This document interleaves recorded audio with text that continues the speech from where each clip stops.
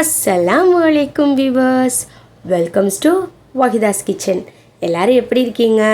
இன்றைக்கி நாம் பிரெட் வச்சு ஒரு டேஸ்டியான ஸ்வீட் ரெசிபி தான் பார்க்க போகிறோம். அது வேறு எதுவும் இல்லைங்க, குலோப் ஜாமுன் தான். எல்லாருக்குமே குலோப் ஜாமுன்னா ரொம்பவே பிடிக்கும். வெறும் 10 நிமிஷத்தில் எப்படி ஈஸியான குலோப் ஜாமுன் செய்கிறதுன்னு வாங்க பார்த்துடலாம். நான் இன்றைக்கி 1.5 பாக்கெட் ப்ரெட் வாங்கி வச்சுருக்கேன். அதில் மொத்தம் 27 ப்ரெட் ஸ்லைசஸ் இருந்தது.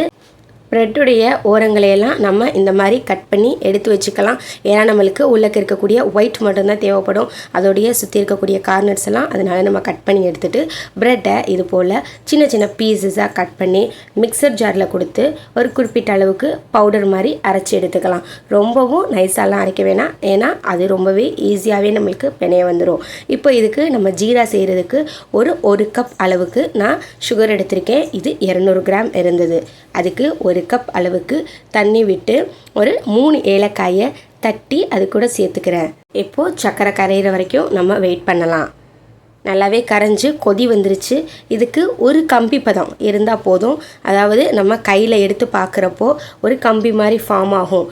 அந்த ஸ்டேஜ் வந்ததும் நம்ம இதை இறக்கிடலாம். ஜீனி கொஞ்ச நேரத்திலேயே கட்டிப்பட ஆரம்பிச்சிடும்.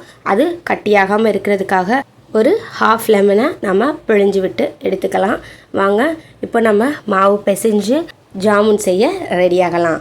நம்ம ஏற்கனவே அரைச்சி வச்சுருக்கக்கூடிய பவுடரை ஒரு பாத்திரத்தில் சேர்த்துக்கிட்டு இதுக்கு தேவையான அளவு உப்பு சேர்த்துக்கலாம். கொஞ்சோண்டு உப்பு போட்டால் போதும், நிறையா சேர்த்தோம்னா உப்பு கச்சி போயிடும்.